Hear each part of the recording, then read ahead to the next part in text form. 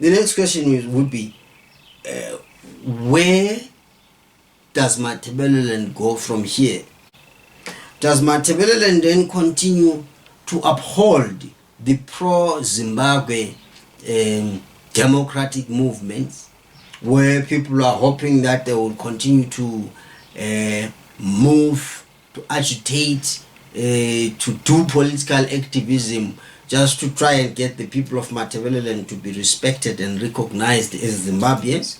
Or Matabeleland pursues a radical approach to things and then begins to declare fully fledged independence from Zimbabwe, on the argument that maybe this relationship is not working at all? One would look at it by way of saying, as long as sovereignty is not restored, all efforts to remain, to achieve goals of freedom for Matabeleland remain a wild goose chase.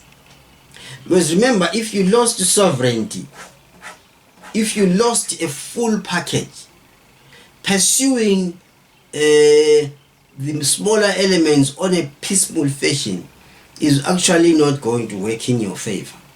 Because you see, radical tightly, as I highlighted earlier, was transferred from the colonial secular government and it was given to the Harare administration.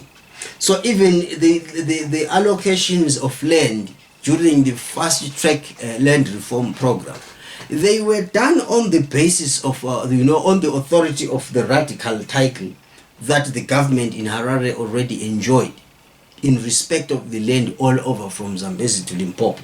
So as long as radical title, that is the title to control land and resources, remains in Harare, the people of Matabeleland will always be losers. Because you see, they do not have power to control allocations. That explains why even the district administrator in every district in what is called Zimbabwe, he's from Mashonaland. Most of those DAs, district administrators, and interestingly, they are the ones who oversee the distribution of land, who oversee the allocation of mining licenses, fishing licenses. Until very recently, we hear that even the idea of catching amaqimbi, in Plumtro, in Gwanda, or in Kezi, or wherever in Matabeleland, it has now become a subject of authorization by those authorities, those councils, which are manned by people from outside. So it goes without saying then that the people have been completely disenfranchised, disempowered.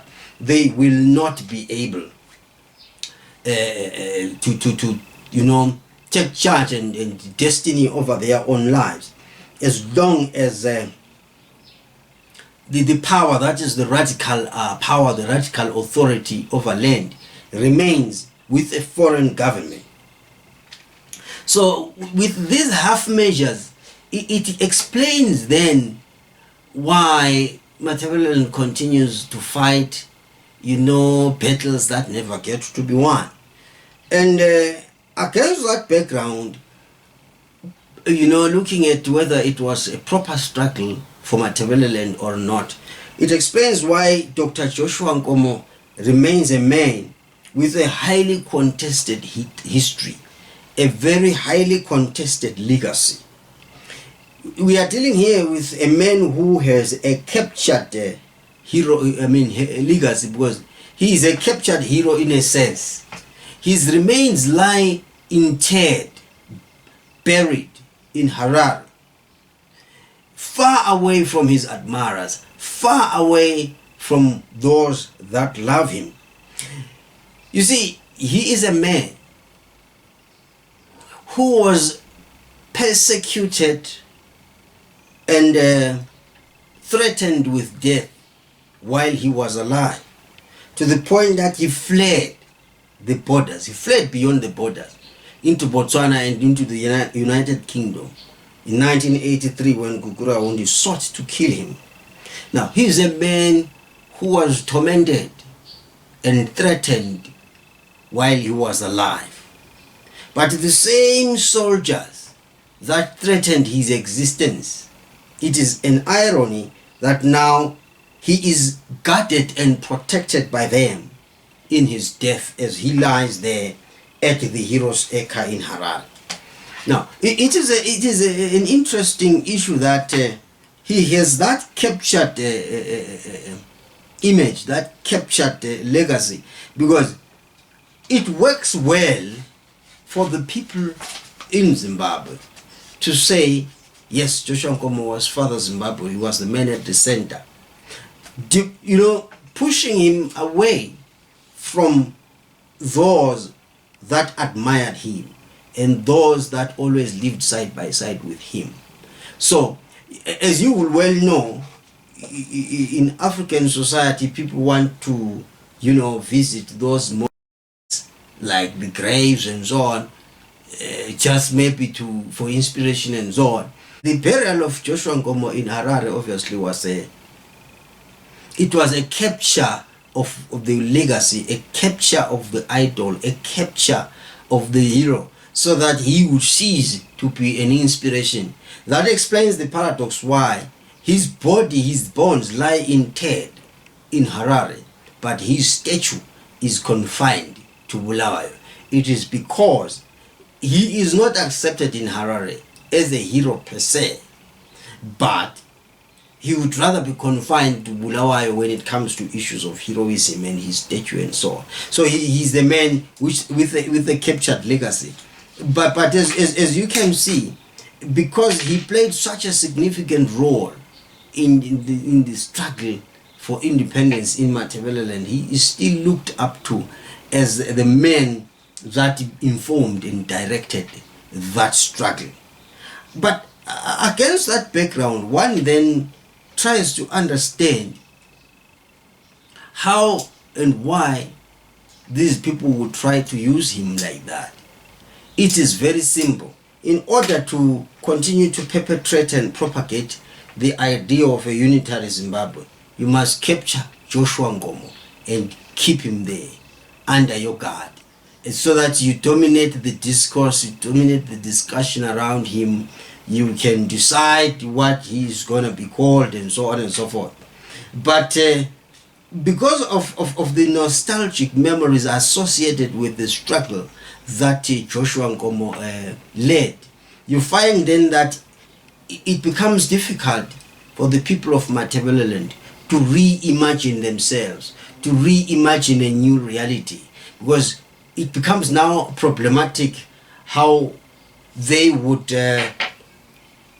reimagine a new narrative, say a Mtwagazi narrative, in the absence of Joshua Nkomo, because now it seems like a betrayal. He is a man who fought for Zimbabwe, and some people are saying, so why should we leave him in Zimbabwe and forge a new identity for Matabeleland? So it really becomes a sticking point, because then people are not able to move forward, especially those who are still holding with nostalgic feelings to the exploits and the achievements of the yesteryears. So because of that, you find people can't move forward, and probably that explains why, according to the Bible, God instructed Lot not to look back.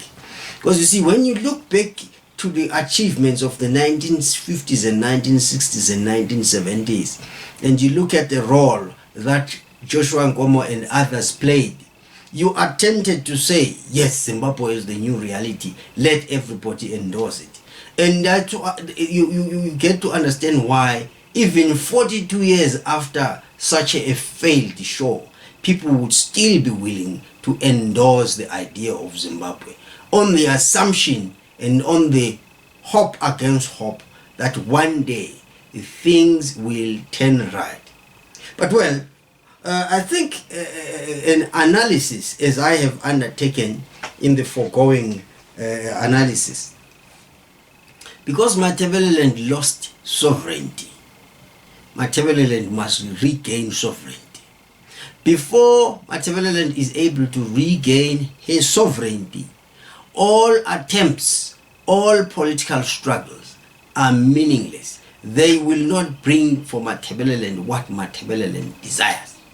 So instead of people getting confused by the fact that there was cooperation between those who sought to restore their sovereignty with those who sought to restore their land, it must be understood that when independence for Zimbabwe came, it came as a bonus for the people in Mashonaland, because they did not lose any sovereignty in 1890, but when independence was granted, they received sovereignty. Whilst the Matabele, who had lost their sovereignty in 1894, when the independence came, they did not have their sovereignty restored. And that explains all the trouble and all the suffering that they endure. And unless and until that sovereignty is restored, everything, every effort will just be a waste of energy, will be misdirected energy and effort.